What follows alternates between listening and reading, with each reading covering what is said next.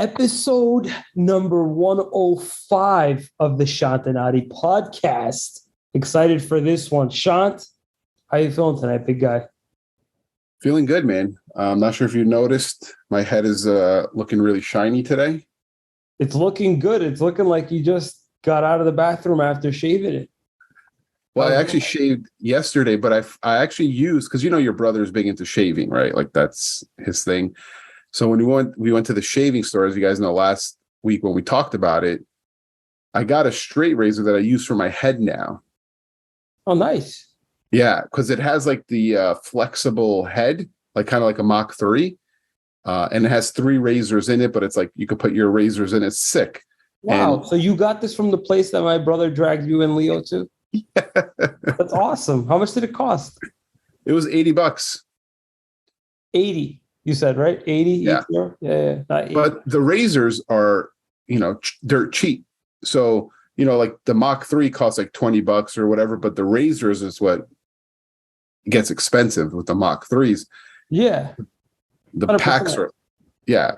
With these blades, they're dirt cheap. They're like $6 for a pack of 5. And you're just pretty much just like lifetime commitment. Like you bought that thing and then boom, done. All you just is keep on replacing the razor. Yep. That's dope, dude. Yeah. Well, it does look sharp. Good for you. I guess one good thing did come out of the whole getting dragged to a razor store.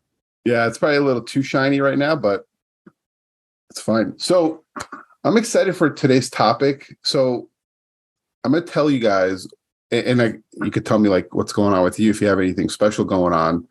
So before we get into the topic, guy last week, you fired a guy. Yeah, our best one. Wow, your best worker. You have to. Why? I don't think I'm really violating anything by saying this, but he was repeatedly drunk. Okay, I thought you were going to just say he's kind of annoying. I kind of turned a blind eye to it at one point. My dad asked me, he goes, he's drunk? Like right now? I'm like, this is like a month ago. And it wasn't so bad, but last week he showed up to work and he was completely belligerent and it was 10 a.m. Yeah. So I called him an Uber to take him home. And the next day he came in and my dad was like, that ain't happening again. Just giving you a heads up, like that was stupid. So he goes, yeah, whatever. And then the week after, like closer to closing time, he started acting like the same way as he was like last week. And I'm like, are you fucking drunk? He goes, no, you can breathalyze me right now. I'm like, where the fuck do you want me to get a breathalyzer from? That's the drunkest statement I've ever heard in my life. What am I, a cop? Damn, your HR department's going to be pissed right now you're talking about this. Your mom. So I'm like, get the fuck out of here. I can't do this shit anymore. Like, you're causing too much stress. Like if you were kind of like if you were like a normal drunk, my dad wouldn't have noticed. We could have slid this through, but you just had to take it to the next level, man. The problem was like one of the employees asked him to make him the losh kebab, the lule kebab. Yeah. And it was like 7:40. Lule kebab takes about like 15 minutes to cook. In his head, he's like, that's going to take too long. It's going to, I got to get to the liquor store. So he wouldn't make it for her. And the kid comes, he was like, why isn't it on the grill? And he goes like, dude, get something else, get shawarma. Like, it's right on the thing. I'm like, I'm looking at him. I'm like, are you fucking stupid? Put it on the grill. Like, what's wrong with you? Like, get something else. Yeah. I'm like, what?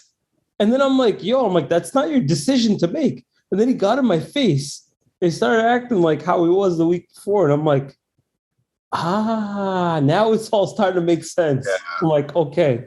Yeah, get the fuck out of here. Don't come back. Wow. Yeah, bro, it was wild, man. Last Friday night was wild.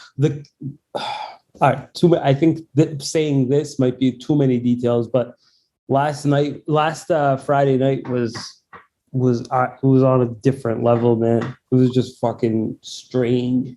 Yeah, don't say anything that's gonna, get you in trouble, man. Yeah, no. I don't want to throw anybody else under the bus, but yeah, that guy's. Anyway. Yeah. So another thing that happened to me this past weekend. So I met a new client. Okay. She was working with another agent as well, but giving me a chance, right? So I show her a condo in this community, right? And we were leaving. I was like, hey, I've sold here last year. My client lives in the neighborhood. I'm like, I'm going to swing by, actually say hi, like it's been a while. I'll swing by, say hi to him and stuff, right? Just real quick on a Sunday. I saw his car was there. And I'm like, hey, do you want to like stop by, say hi if you had questions about the neighborhood? Because she was interested. I was like, if you have questions, he'd be a great guy to ask because he lives here. She's like, oh, no, I got to go. I was like, okay, cool, no worries. I swing by, knock on the door, waiting. He comes down, pissed, opens the door, and he's like, I wish you call next time you show up. I'm in the middle of something, closes the door right on me. And I'm Nice. like, all right, well, good thing the new client was with me, because she would have been like, damn, nobody fucking likes you, bro. They didn't have a good experience with you. Like, no, that's not it. Like, no, it's him, it's not me. But no, I texted him, I apologized. I was like, sorry, man, I should call you next time before I stop by, or, just randomly showing up. did you just say you literally were thinking of him and you just wanted to stop by? It's like big fucking deal. Oh man. Yeah, he probably was in a meeting of some sort. Yeah, probably like something super important, like, and I'm like knocking, like, hey, come on. Like, I know you're in there. See your car outside. So question about that. That's actually very, very interesting. So question about that. Do you actually, off the record, I almost feel like asking you an Armenian, when you have a client that is working with somebody else, but they're doing the whole giving you a shot thing, have you done that a lot in the past where you'll be like, fuck it, I got nothing to lose anyway. I didn't have anything planned that Sunday. Yeah. And has that actually been fruitful in the past? Or it has you sometimes? It's not every time, but it does work, right? They're obviously open for a reason, and I don't try to shit on the other agent or even talk about them like, oh, what are they doing? They fucking up, it's just like, hey, let me show you what I do. They don't even have another agent, but they've been there before. Yeah. Like they don't want to call them. Yeah. So it's definitely worth it. But yeah, let's get into the topic, man. Sorry, I know that we veered off a lot, but the reason I want to talk about this. So the other day I was on Barstool Sports, the Instagram page. It's a funny page. And they had a post of someone's front yard, and it said, "Happy Divorce Day." And then they're like, and everyone's commenting like, oh, that's awesome, sick, best day of his life, all these things. And it got to me. I'm like, we're fucked as a country that we are celebrating divorce. Now, yes, if you're in a shitty situation and things are going bad, obviously it's better to get a divorce than not. But then I looked it up. The stat was 53, I think, percent. You guys can fact check me. I really don't care. 53% of all marriages end in divorce in the United States. 80%. That's a high number. Yeah. 80% of them are initiated by women. Really? So it's clearly the women that are the unhappy ones in the marriage, right? Interesting. I might have pulled that stat out of my ass, but if we can just double check it real quick. Do women initiate the divorce? Nearly 70% of divorces are initiated by women, according to a 2015 study. I think it's gone up since then, since COVID. So I did listen to this. Actually, it's funny because I know you love Patrick Bet-David so much. His one of the girls that he has on his podcast, I forget her name, but she's the Jedediah? girl, Jed. Jedediah. Yeah. Yeah, the girl from The View. She was talking a lot about this, and she actually had some guy that I listened to his book last year, Rollo Tomasi, the guy who wrote The Rational Male. He's all over the internet right now because he says some really, really controversial shit about women. And she isn't I don't think she's the type of girl that like is like a feminist or like takes the whole stance of like empowerment and all this stuff. Like she's actually very, very down to earth. And since last year, my view on marriage has changed significantly. Actually, my views on marriage has changed quite a bit since a couple of years ago. I still truly believe that it is very, very dangerous to enter into a marriage with somebody in the United States, especially if you have a lot to risk, a lot to lose. But I think that danger or that risk can be very, very well mitigated by some of the things that we should probably talk about in this discussion. And a lot of these problems are very, very much avoidable and very, very much men's faults in divorce. I believe that. I truly do. Just starting off the conversation here, Shant, do you think that the fact that women are initiating 80% of these divorces are signaling to the fact that most of the time it's the guy's fault? Yes Either and no. subconsciously or inadvertently.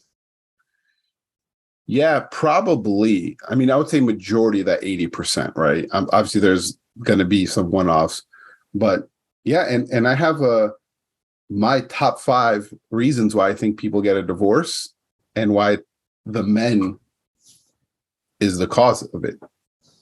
Let's dissect this a little bit. So what would you say as being sort of your first reason why these divorces are happening?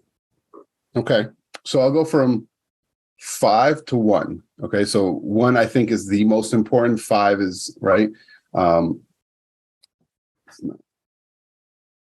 So first is putting your family first, as in your wife and kids, if you have kids, if not your wife, right? So you get married, right? If you get married, I believe, this is my personal opinion, you and your wife now, that's the family. That's it, right? Not saying you don't talk to family, you don't parents or cousins, right? Like, it's not that like you don't talk to your brothers, sisters, or stuff like that, but I think that has to be the most important thing in your life. And you have to treat it as such, right?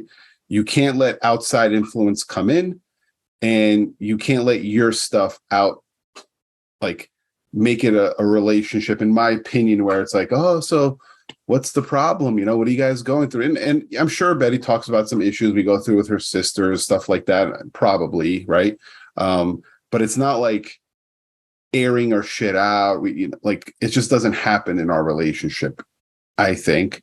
And I think just treating it as like, this is my family now, and this is the most important thing. That's number 5, I think. What are your thoughts on that? So, and push back if you disagree on anything. Yeah, I mean, more, I think it's really letting anybody dictate sort of how you're going to be responding or acting in general. As in, like, you show that you're getting pushed around. You show that your frame is easily penetrable by anybody. So I think that family is one thing, but let's say like business partner, or the waitress sort of, oh, like, sorry, we fucked up on your steak. Your wife knows that your steak is undercooked, but you're saying, yeah, no, it's no big deal. I don't want to rock the boat here. Them seeing things like this, seeing how soft and pliable your frame is, and how easy it is to manipulate you, causes a lot of distress, causes a lot of insecurity about how tight the relationship actually is, how safe the relationship actually is. I think that it's family that attacks this security the most, because we're around them the most, and there's a lot of disagreement with that. So I think it's possible that the trouble starts to happen there, because it's like, okay, you don't mind upsetting a waiter or a waitress, telling them to like take the steak back, but you would mind telling your dad, hey, cook the meat a little bit more. My wife likes it well done. He's just looking at you like, huh? You know? So I think it's a lot harder to hold your shit together with your family. If you're not doing it all the that makes sense. And I think this is more prevalent in probably our culture, where the in-laws are more involved in the family. Nosy as fuck. They have to know what's going on. Everything. We're lucky we don't have that issue. We've put some boundaries where we don't, we're just like, okay, thank you for your opinion. We will move on. But I see a lot, friends and family, like they are fucking involved, man. And it's like you might as well just be all living together at that point. That's how involved they are. So question for you. Do you think that the rules are the same for the wife and the husband? Or it's like, okay, if the wife's mom is involved. No, this is this is both. This is both. You don't think that it affects the marriage more when the husband's mom is more involved? You don't think that causes more of the problems? Probably. But I think what I meant to say is both should be at their distance. The wife's mom. Say they weren't. Yeah. And one, if you had to pick which one you'd rather have, probably the wife's mom, not your mom. Yeah, for sure. Why is it the moms are just so into these, whatever, that's a different topic. Because your dad's busy having Oli and doing kebab gauge. That's just what it is, really. Okay. They pay attention to this shit. Yeah. Number 4. Still being in the old school mentality of how a relationship works, how a marriage works. So disagree, but go ahead. Okay. I remember, and this is more my dad just probably fucking around, because if you know my dad, all he does is talk shit. It is just in him to just, whatever you're doing, he's going to crack a joke. My wife was in 8-hour brain surgery. He's talking shit, to the doctor. It's just, he's like, oh, you guys took a long time. What's, you working by the hour? I'm just like, dude, shut up. Just leave it alone. Why are you even here? Go home. Go home. We don't even want you here. Go home. So that's just to premise that. Not to say my dad doesn't really get involved in our relationship at all. He's the best with that stuff, man. But my brother, I guess my brother was like, oh, I gotta, vacuum the house or whatever. My dad's like, vacuum the house? Who? Why'd you get married? Yeah. So that mentality and the mentality, you could picture my dad saying that too. You spent all this money on a wedding?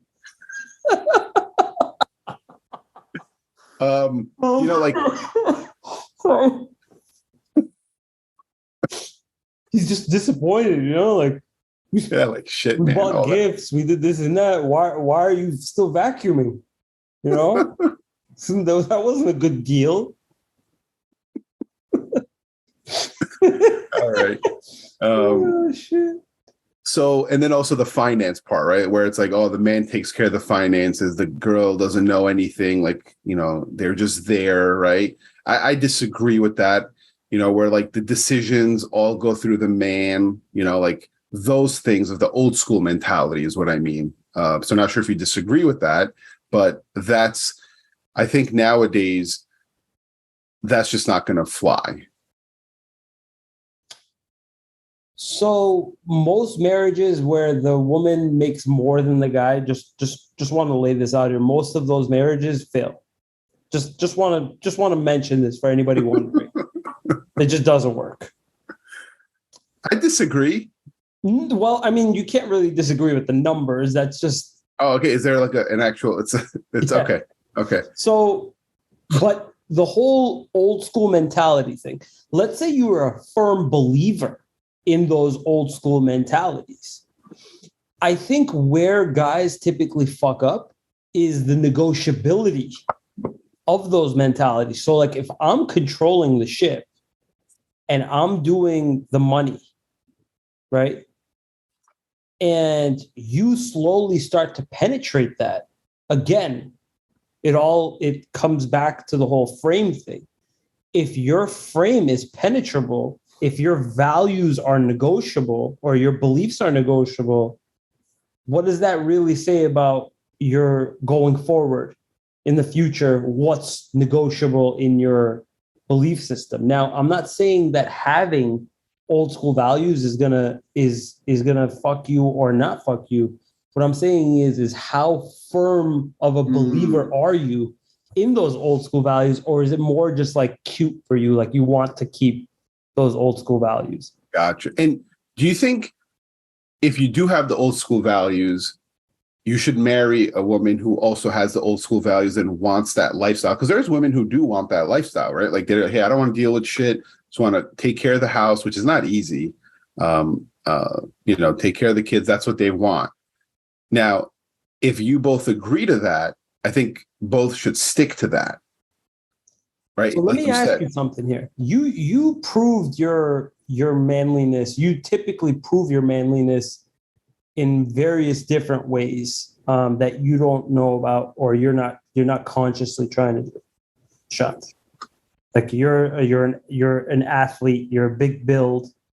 You typically don't get sensitive. I don't know if I've ever seen you actually cry, except for that one time where we caught you on video crying like a little bitch. Yes, I can show you. What year was this?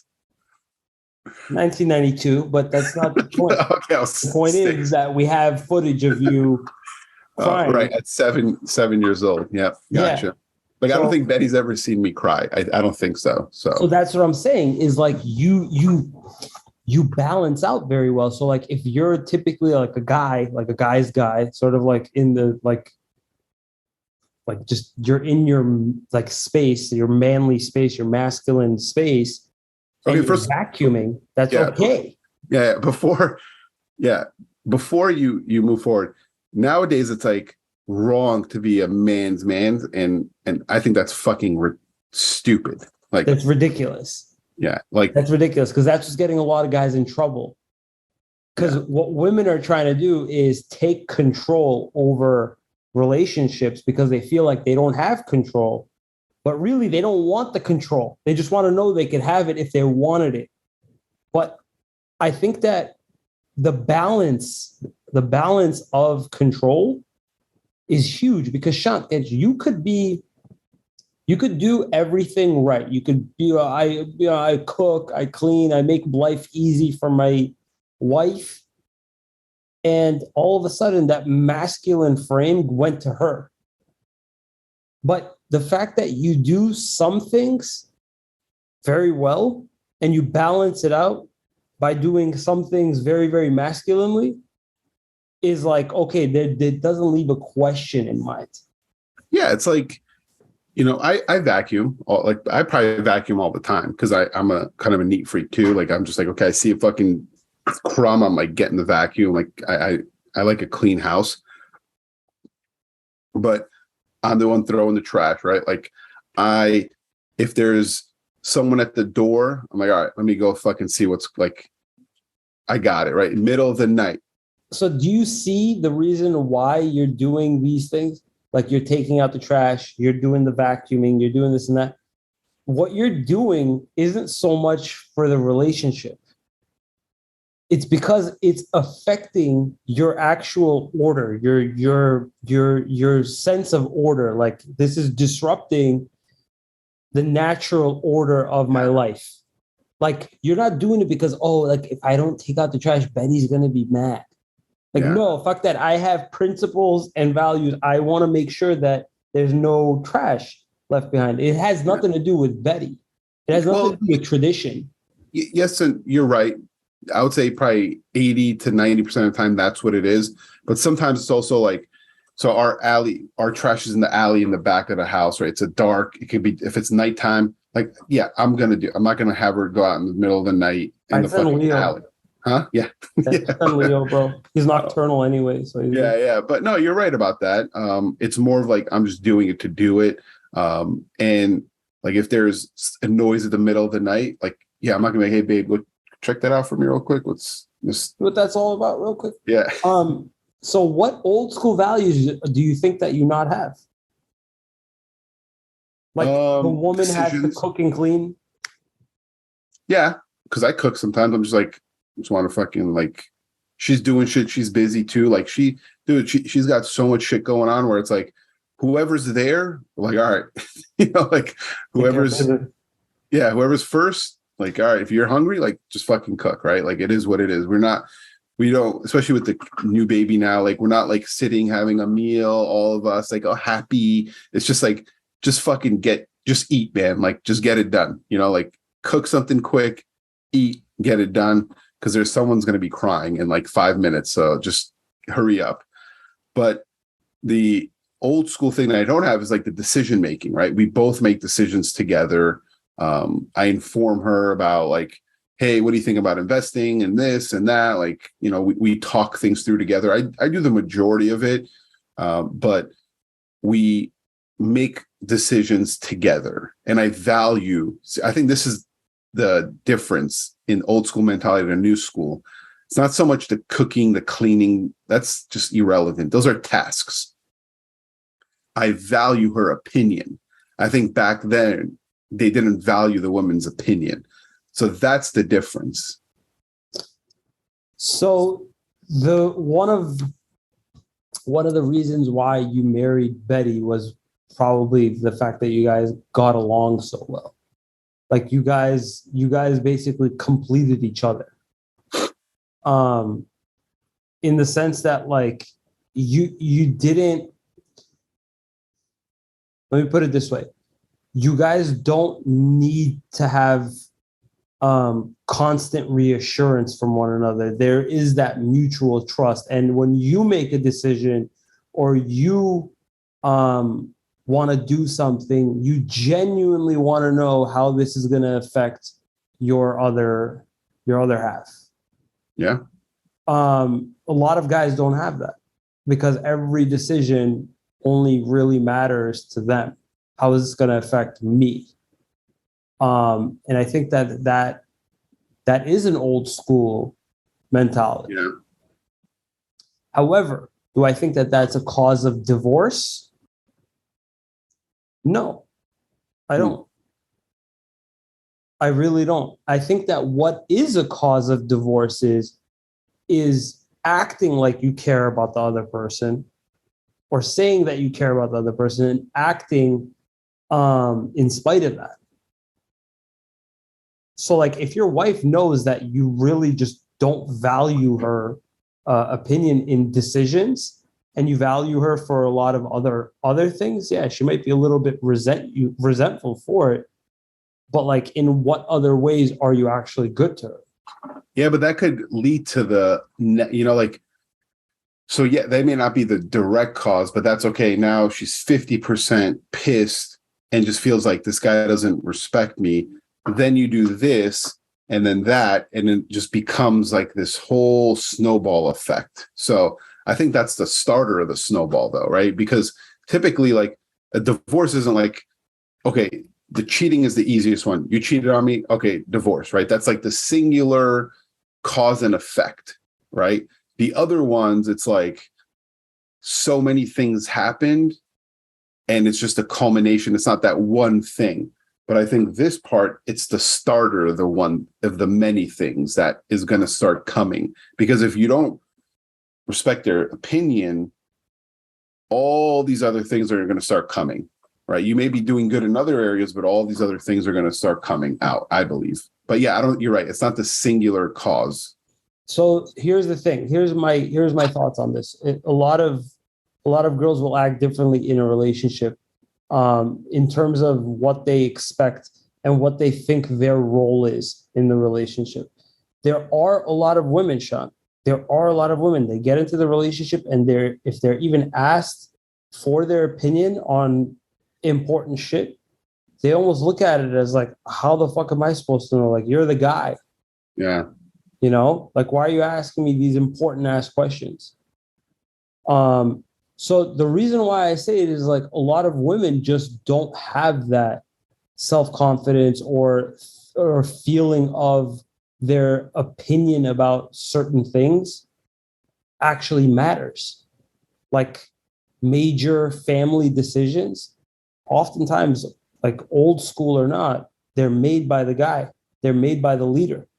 Yeah. Is it amazing that you consult with your wife and you make sure that your visions are aligned? 100%.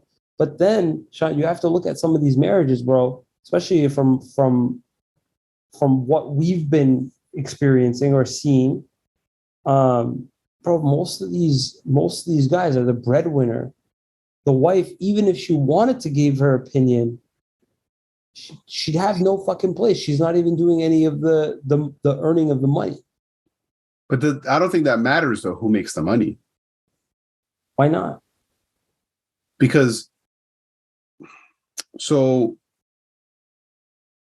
I'm just being brutally honest here. Like, this is my honest opinion.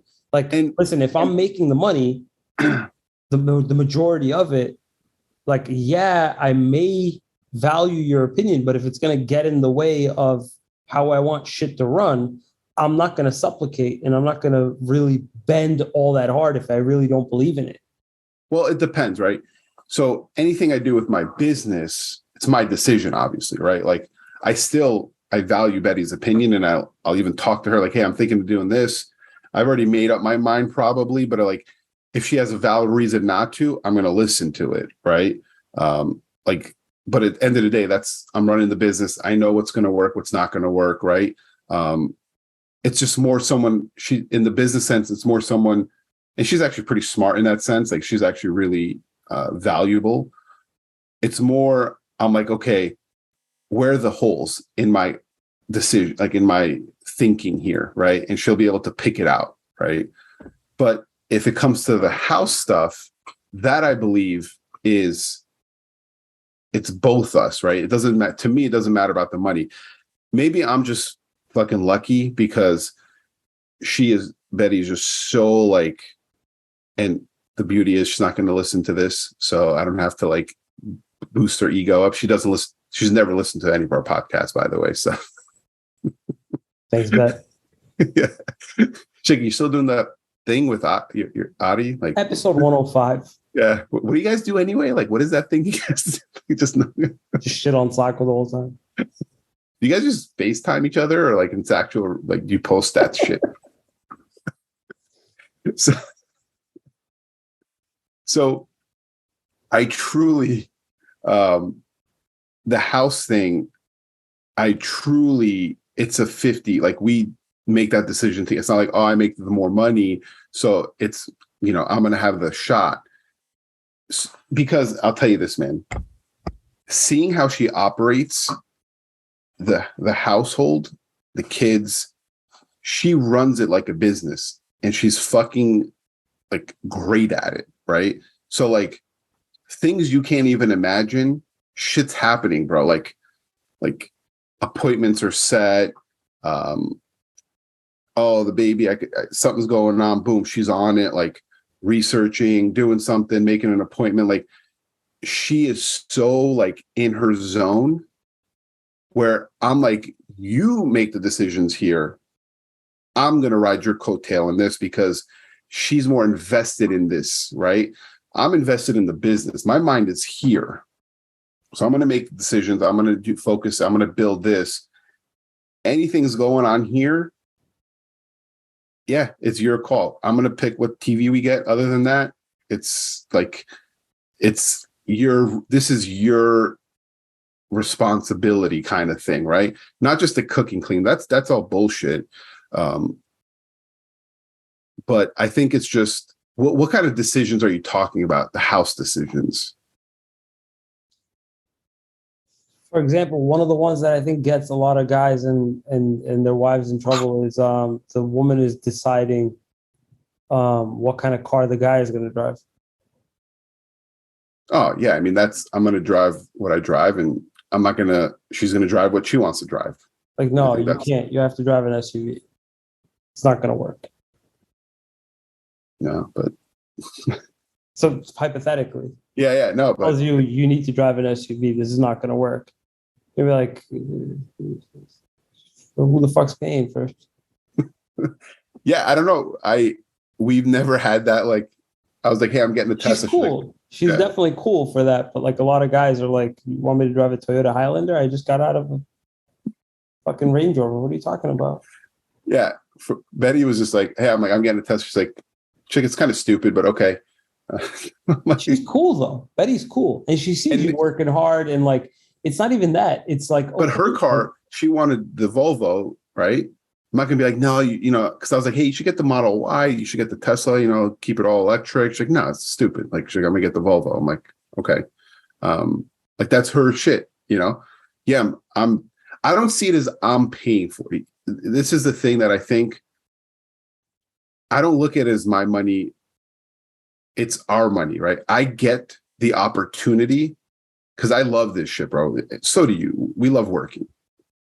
I get the opportunity to go and build something, right? You like to build shit. I like to build shit.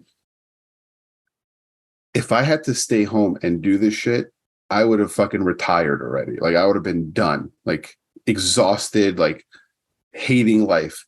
So the fact that she gives me the opportunity to be like, hey, don't worry about anything. Just get out there and do you.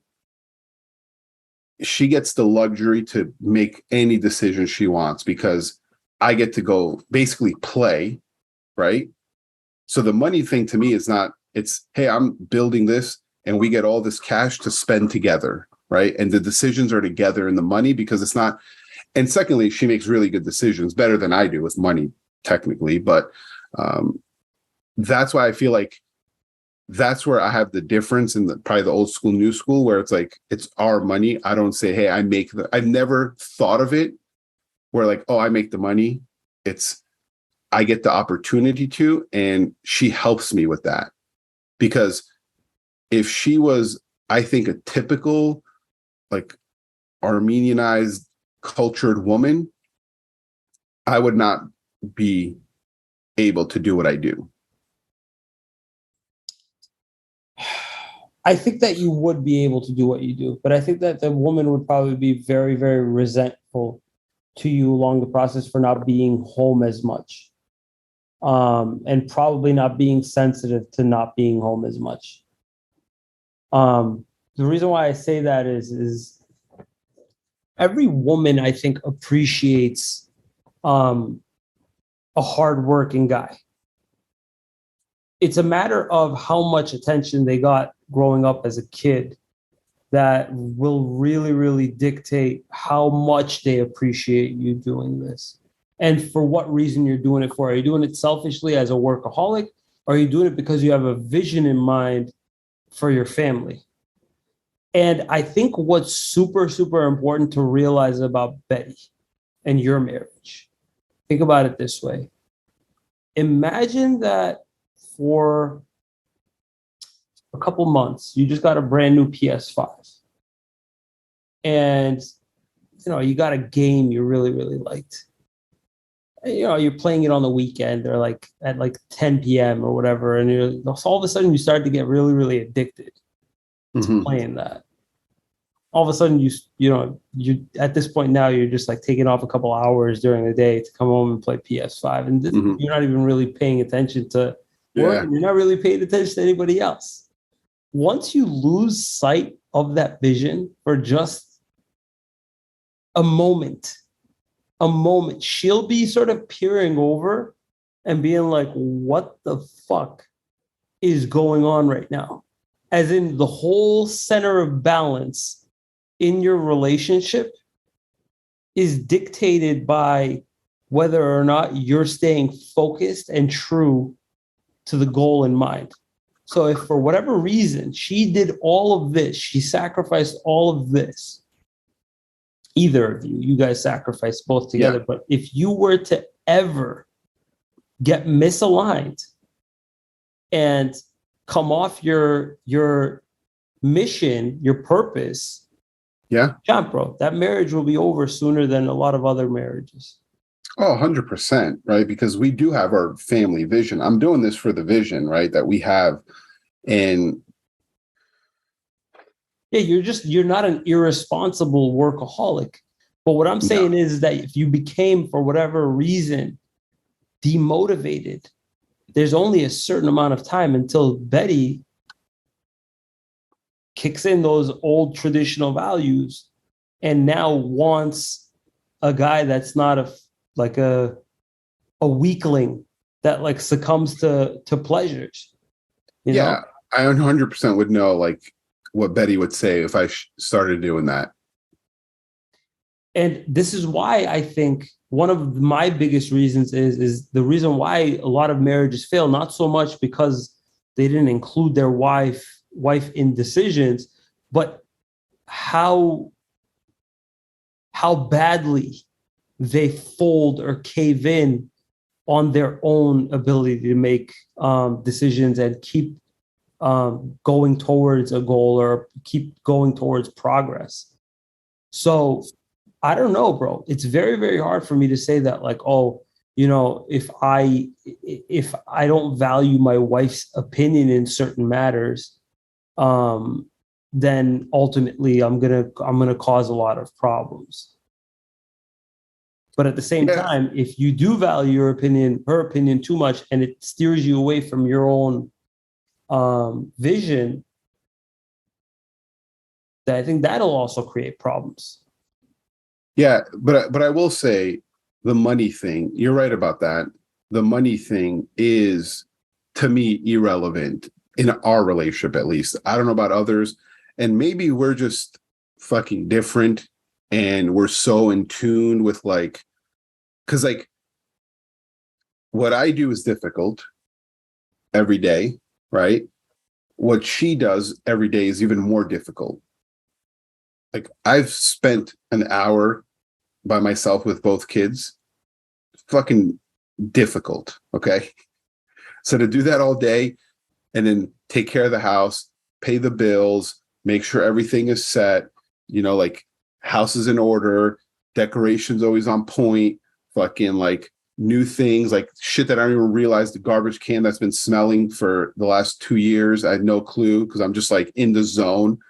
She takes care, like just shit that like I don't even think about is just, so that's why I think it's the money doesn't matter to me.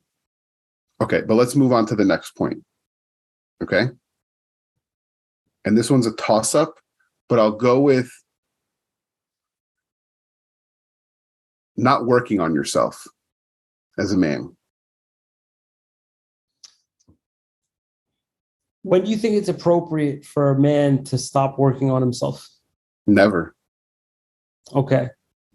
How long do you think a man has in between his own personal goals and achievements to think about another goal or achievement after he's done completing one goal or achievement? What do you mean? Like, how long is a man allowed to celebrate one achievement before he has to move on to a different one? Like, start a different one? I think it depends, right? It's everyone's wired different, bro. I don't think I think I'm always going to have the next achievement right after the achievement, which has been happening, where it's like, I don't even like, maybe we go to dinner, celebrate now, next, right? I think you're probably very similar to that. So I personally, and when I mean work on yourself, self-development, right? And I think both parties, not just the man, this is for both. So it's weird. And maybe I should have explained a little bit better. Who I am today is not who I was when I met Betty. But the key is, when I met Betty, she's not the same person as she is now.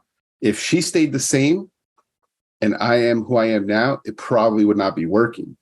If she's the person who she is now and I stayed the same as 25 or 26 when we met, this is not working. We both had to work on ourselves to be the people we are now, to have this relationship. And I know a lot of people are like, oh, well, listen, we do have our problems. We do fight. We do whatever, but we have a really good fucking relationship. And because we work on it, right? And we work on ourselves, most importantly, right? Right now, it's a little rougher for Betty with baby and everything, but pre-baby, she was doing stuff like Reiki, which is really good. It's like kind of like a meditation kind of thing. She was doing yoga, meditate, journaling.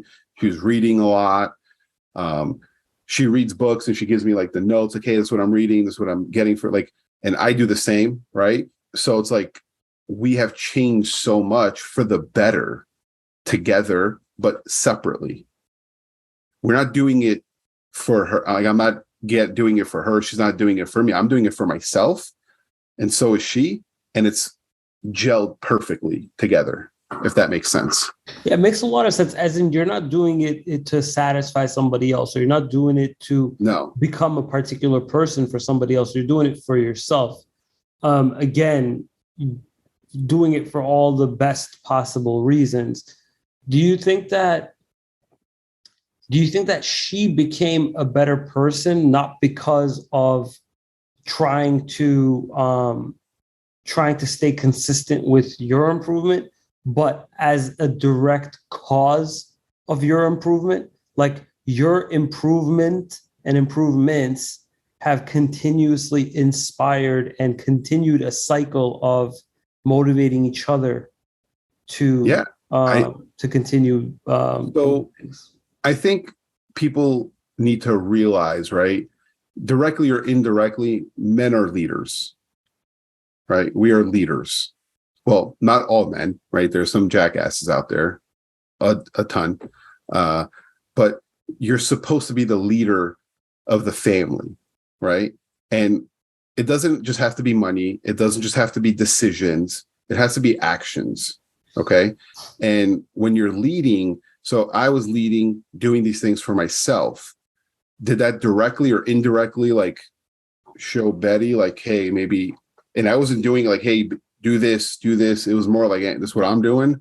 And then she probably saw a change in me, a good change, and was like, wow, this is pretty cool. Like, let me see what I could do for myself. So I think that, to your point, probably was the case. Now, me being the leader also came up with seeing how strong she is, like the shit she's been through.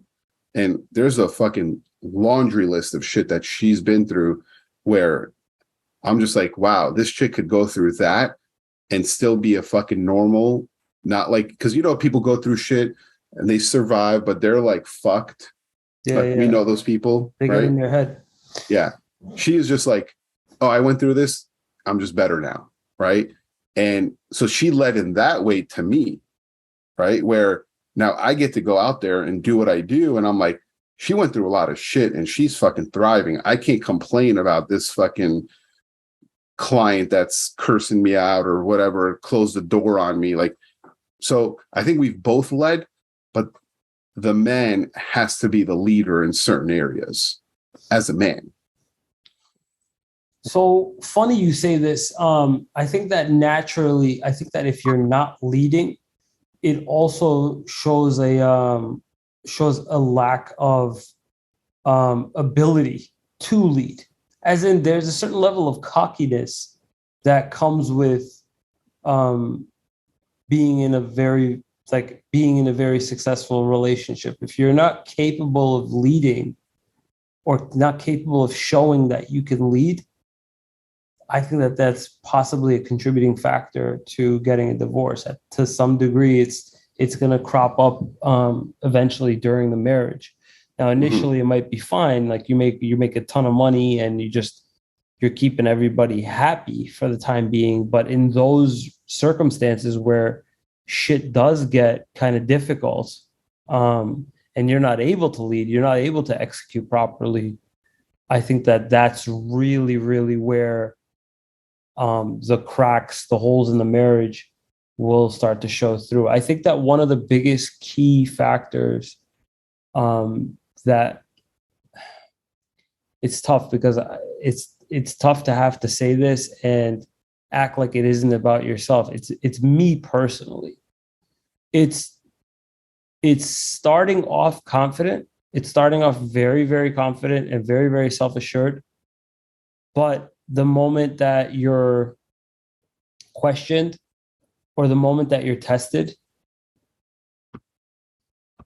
it shows exactly if you show any sort of weakness or show any sort of hesitance to what you're saying or what you're doing or what your thought is, at that very moment could be the deciding factor in what your partner thinks about you. Yeah.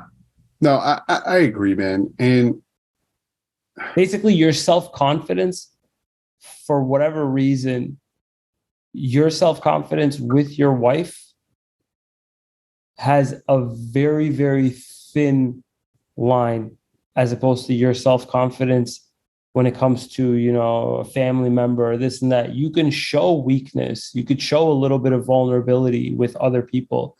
But when it comes to your partner, especially if you guys have a pretty good sexual relationship too, God forbid, man, you show any sort of sign of vulnerability or weakness in your self-worth or your self-value. I'm not saying you can't show vulnerability. Yeah, I think I know what you mean, because I know you're not saying you can't, because they're the person you have to talk to, and you have to that's the reason you get married, to share those vulnerabilities. But what I think you're saying is 90% of the times you have to be so I've never been jealous with Betty, right? So I'm very confident in myself. And I trust her. She's just has a good heart. But it's also yeah, I'm not a fucking little bitch where I'm going to be like, oh my God, why'd you talk to that guy there at work? Why were you talking to him? What's my friend, one of my best friends out here used to work with Betty. I never said, hey man, what's Betty doing at work? It just doesn't exist. But if I was doing that and then I was vulnerable to her, all these things, it's a recipe for disaster because you're just being weak, right? But if you're confident, you're being a leader, you're doing all these things, you can be vulnerable, which I have been to Betty a lot of times where I'm doubting myself. I'm I don't know, I'm going to quit real estate. And she's like, no, you're tougher than that. You're better than that.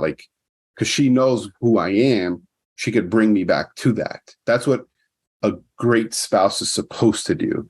Bring you to where she knows or he knows you're supposed to be at, right? So that's, I think, kind of what you're talking about, if I got that correct. Yeah, 100%. It's in talking about divorce and in talking about, how much trust you have toward your partner. It's if you're constantly talking about or alluding to not trusting completely your partner, that, they may cheat one day or this and that. It's bro, you may actually indeed cause that. Yeah. because of your showing how insecure you are. And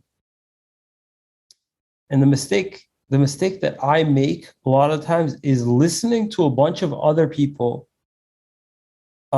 hearing their insecurities and what sort of problems they may have had, and for whatever reason, including that as a possibility for my own relationships, as opposed to really, really concentrating on the person and understanding that you are not the other person. You are not the other circumstance that you just heard about. You're a completely different, very, very much unique to yourself person. And just because that person was insecure and caused a cheating situation or a divorce or whatever, doesn't mean that necessarily that just because the odds are there that that's going to happen to you. Yeah, 100%. Everyone's different, man. Every relationship is different. There is no equal, like perfect, like really, like as far as like how, like I can't compare mine to anyone else's. Like we're so different, and vice versa. But the whole thing is, the whole point that I'm trying to make is that the moment that you show insecurity, especially about the relationship with you're fucked. Your significant other, you are gone. You are already insecure. You're that security is no more, because for whatever reason now you just caused a question mark in both of your minds as a fact of like, okay, like if he can't trust me, should I be able to trust him? Yeah. You know, is he 100%. Gonna bend? Is he gonna fold at some point? 100%. So I think that the number one cause for me is insecurity. Is the insecurity, is the personal self-confidence thing, is losing that throughout the relationship. Yeah. 100%. But there's two more. I'm going to fly through them real quick because we're running out of time. Take your time, bro. I'm good. I got a day off from the gym tomorrow. I told you that. So I'll go with number 2, then number 1. I'll fly through number 2. We don't need to talk about it. So I'm going to do number 2 and a bonus one because I think they kind of tie in together. So marriage is not for you, or you're just not ready for it right this second, right? And just being self-aware of that. Also, the bonus one is really understanding the person and picking the right person, and not just looking at what on paper looks good, the fucking resume, right? Like when you've hired people, the resume, oh, it's fucking great, slam dunk, right? Don't just look at the resume. Get to know the person, right? I luckily had no kind of like this. We literally talked about this like last week, me and Betty. Like, why'd you like marry me? Like, what was like, I'm like, I was like, you're hot, you're Armenian. It was just like, you're super nice. Like, that was my thing. I was just like, and I fucking lucked into this shit, right? Yeah. Like from Haleb, like I could, you know. But I'll tell you why it's worked with the reason number 1, why most divorces, I think, fail. So keep those 2 points in mind. It's not committing till the end. So I feel, and Betty does the same, when you get married, you made a commitment to work it out no matter what.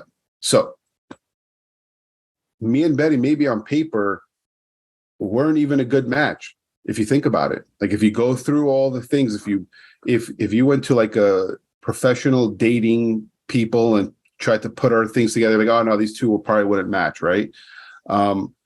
But why it has worked so well, not just worked so well, it's because we've been committed to this is forever, right? So we're going to work things out. If we're going through an issue, we're going to work it out.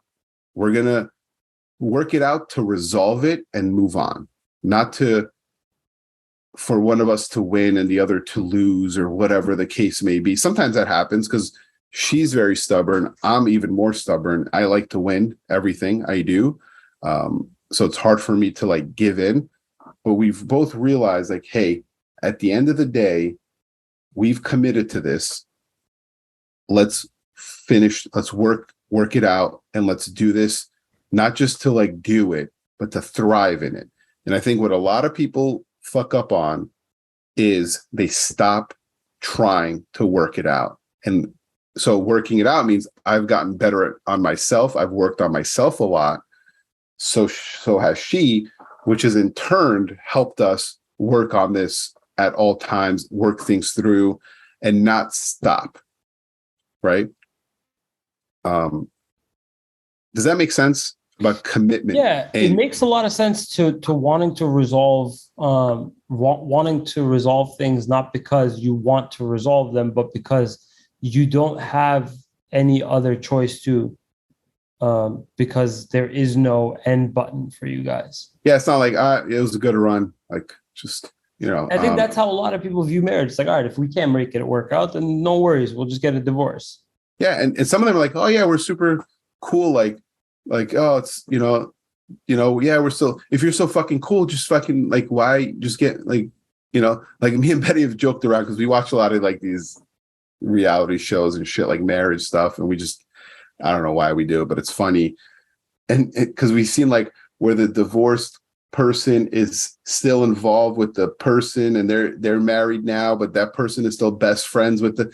Betty's like, listen, if we get divorced, just like, we're not talking anymore. Like, it's just like, just move our, come near like, me. not even like angrily, just like, we're just like, move on, like, get over it, like, just fucking live your life. I'm gonna go live. Coming over for dinner. Just fucking move on, right? But now we have kids, so that you'd have to be cordial and stuff. But like, the thing that people, I think, this is our opinion. People think love is a feeling. Like, oh, I love this person. Oh my God, I love this. She's the best. I love her. Okay, then 2 weeks later, you cheat on her. Great. That's not love, bro. To me and her, love is a decision you make that says, I am committed now, no matter what. Not because we feel like it or because right now it's cool, but then if you piss me off and do something I don't like, well, the love's, no, like, this means no matter what, and you make a commitment to it and you make a decision. And I think this is where people fuck up. You make the decision now, like, I am all in on you. But a lot of people are just and this is both men and women, people are just half-assing shit right now, which is why 53% of people get divorced. Not saying nothing drastic could happen to us and something, but I think in our culture now, it's just, just get a divorce. It's whatever. They've normalized it to the point where there's not a sufficient amount of effort being made into investing into the marriage. There's a lot of effort being made into making it look like everything is normal, everything checks off the boxes, but there's not enough personal check marks going off. A lot of like supporting each other, a lot of caring about each other's opinions, and it's not there. You're right. I think though, two different points that you brought up. Number one is being able to talk to each other and work through problems, but the other one is having that teamwork. Like everybody has their roles as opposed to traditions. Like she's doing something so that you can be available to do something else that completes a vision. Not she's taking care of the kids because you have to make money. Yes. You're not looking at it like that. That's it. You just solved it. Like, I'm doing what I'm doing for the vision. She's doing what she's doing still to help the vision, but to let me do what I do to make the vision happen. And I think that both people have to have that same vision. As in, if Betty didn't give a shit about all this, she didn't care about living, a particular type of life or having some sort of security blanket, she'd be like, no, just be home all the time. Fucking we'll live off of 30, 40 grand a year. It's just, I want you home 24/7. And then once you did do that, she'd be like, what the fuck? We don't have any money. Yeah. What kind of deadbeat are you? Get the fuck out of the house. And it's different. And it's not materialistic. It's not gold diggerish as far as like, oh, it's our vision for our life. It's not like, I want that Gucci fucking bag or Gucci shoe. We don't fucking do that shit, bro. Like, we don't care about that. We have our vision, right? literally, because I've been taking it easy the past year, right? Having the kid and stuff. This is why I fucking like love her to death. She was like, I think it's time to push. Like, let's get after it. Like basically to me, but not like a hey, like you've been. It was more like we've made the decision for me to kind of like slow down a little bit the past year, just because I want to experience this with, the kids and stuff. Like I'm never going to see this again. So I wanted to experience this. And she was like, hey man, like the dad's the most important thing in the kid's life. Like, especially Leo, like he looks up to me. Right. But now it's like, hey, these next few months, like let's fucking push, man. Like let's like, and I was like, fuck yeah. Like, let's do it. Gotta go to work. Call your mom, tell her to move in. Like we've tried to get her mom to move in so I could just go. Is she? No, I'm begging. I was like, we'll buy a new house so she can have her own fucking corner, like her own wing. Like, I don't, whatever it takes. I just, but they still help and stuff. But I'm just like, yeah. So that's how committed we are to our vision. Well, I think that just having a wife that understands your vision, I think it's like half the battle. Well, it's our vision. It's not my vision. It's our vision together. No, 100%. It's understanding what also comes along with that, as in she could share the same vision, but she may not understand completely what it's going to take to get there. Yeah. And that's understanding the vision. It's understanding everything that comes around it. So there's plenty of girls out there that will understand your vision. Like they'll think it's amazing, but it's like, but I still want you home at 5 every day. And yeah. And that shit, typically, like you're in a dream state if you think that that's going to happen. So what I'm saying is two different things I think have to happen for a successful marriage. Number one is that you have to constantly protect your frame, making sure that you don't look pliable and you aren't pliable or bendable in any sort of way. I think for women too. Well, unfortunately, like they get away with a lot more than men can. And I think that's the whole point of being feminine and being masculine. It's like being feminine, you have your emotions and you have your sort of acceptable confidence issues. But as a man, or being masculine, I don't think allows for any sort of error like that. Yeah, but the confidence part though, like if Betty was inconfident, I would be like, this is fucking like, I need someone confident, man. Like, so, but yeah, I know what you mean. Like overall, in general, yes, yeah. She is more emotional. So like when she found out she was having, she had a brain tumor. We didn't know if it was cancerous or not. She was emotional, crying. I'm like, all right, so what's the next step? Like, what do we got to do? And that's a very manly, masculine frame that she needed. Yeah, like, hey, we're gonna get through this. Like, I'm not gonna sit there and cry with her, right? It's gonna make it worse. And she just stops around and looks at you like, the fuck is this, man? What are you, my girlfriend? Fucking do something. Call somebody. Yeah, like go fucking call, like get on the phone, man. Like start making some moves. Like let me do the crying right now. Fucking yeah. What are you doing? But yeah, no, but you're right. So that makes sense. So that's one, right? The frame. What's the second one? Insecurity. The second thing is having somebody who supports the vision and what it's going to take to get there. If you have somebody that supports your vision and you can't keep a frame, or you can't keep true to your frame, and you show that you have some confidence issues, everything falls apart. On the other hand, you have a strong frame and you got a strong vision, but she's not supportive of that, everything's going to fall apart. Yeah, so I think it's finding both those things. It's finding finding it from the very start, I don't think that your marriage can go wrong.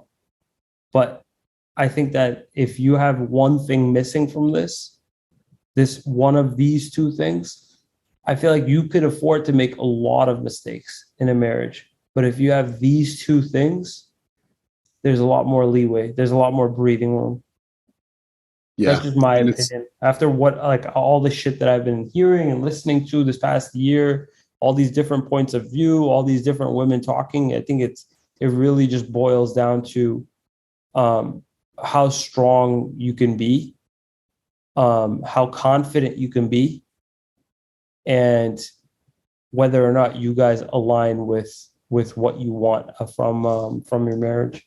Yeah, and as long as you're not going to be happy only when the vision is here, right? That's the other mistake people make, is like, we'll be happy when the vision is, accomplished. Like, you have to be happy. Like, me and Betty always talk about this. Like, we used to live in my parents' fucking house. Like, we were happy. Like, we could go back to that and be just as happy, right? We don't plan on, and we would not like it, because that would mean I fucked up. But it wouldn't affect us as much in the sense of like, well, what are you good for now? Like, you kind of fucked up, right? It's more like, dude, we'd be happy just anywhere together. So you have to have that still of like, you have to get along. You have to, like, she has to be your best friend. Like, she's one of the few people where I could, like, literally talk shit with about other people and feel like I'm safe. It's a safe haven of, like, shit talking. She's the thing that I appreciate the most about your guys' relationship, it really does set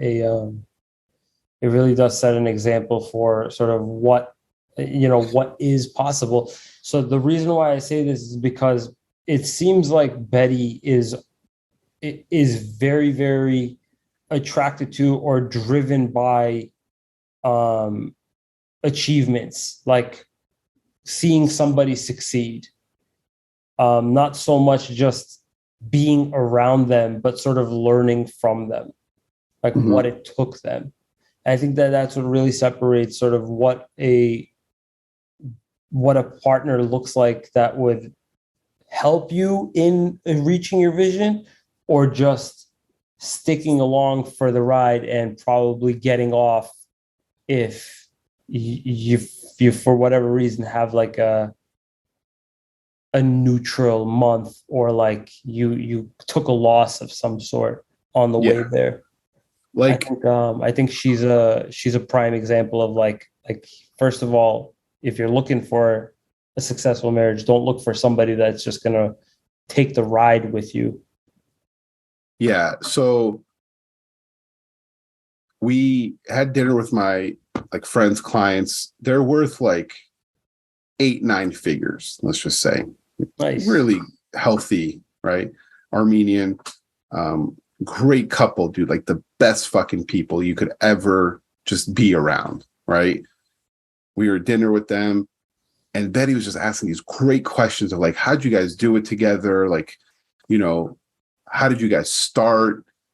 How did you support him? How did you support her? Like, all these, just not like, oh, well, they got fucking lucky, or, whatever. It was more like, hey, how did you guys do this together? Kind of what you said, right? She was asking those kind of questions, and it was them together. And he was very like, hey, if it wasn't for her, I wouldn't be able to do this, and blah, blah, blah, just the same kind of thing.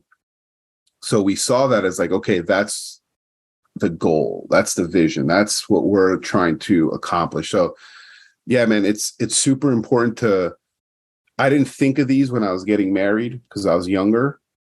But now that I look back, I'm like, it all started because we both decided to work on ourselves. Otherwise, if I was the same Shant, I'm telling you, you know how I was back then, man. I was kind of like a little bit more short. I was just quiet and just very like thing. I've changed a lot. My mom said this the other day to me. It was kind of, we were arguing and she said it like, you've changed. And I was like, oh, thanks. Like, Yeah, that's a good thing. yeah, I hope I'm not the same jackass I was 10 years ago, like, You don't want that. yeah. So I'm like, thank you, Bob. She's like, no, that's a bad thing. I'm like, no, I saw it as a compliment, but okay. What are you going to do? You're the man. Well, yeah. And you've started, you've been working on yourself a lot lately. So that bodes well. Yeah, man. I just want to get myself ready to completely understand exactly what's going on. Like I just don't want to be put in a position where I have to discover a lot. I have to go through a situation where I'm assuming too much. Mm. The idea behind it is like, listen, you're in direct control over how the marriage can go, just whether you know it or not. Like whether you think you have control or not, you as the man, as the head of household or as the leader, are leading how your relationship is going to go from the very first minute.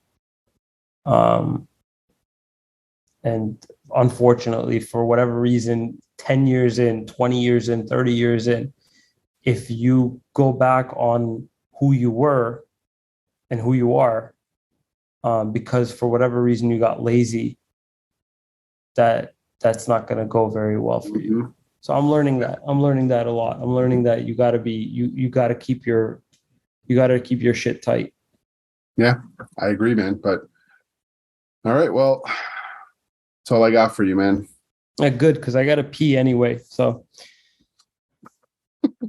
Mike might shave off my mustache too. I don't know yet. We'll see. We'll see tomorrow. Well, just keep it for November, no shave November. What is it? Stash for Syria in my case. Oh yeah. That didn't go well. But 8 G's I had. Jeez. This raised 8 G's back in 2015, just so you know. All right. Good night, Shant. Well, good night, everyone.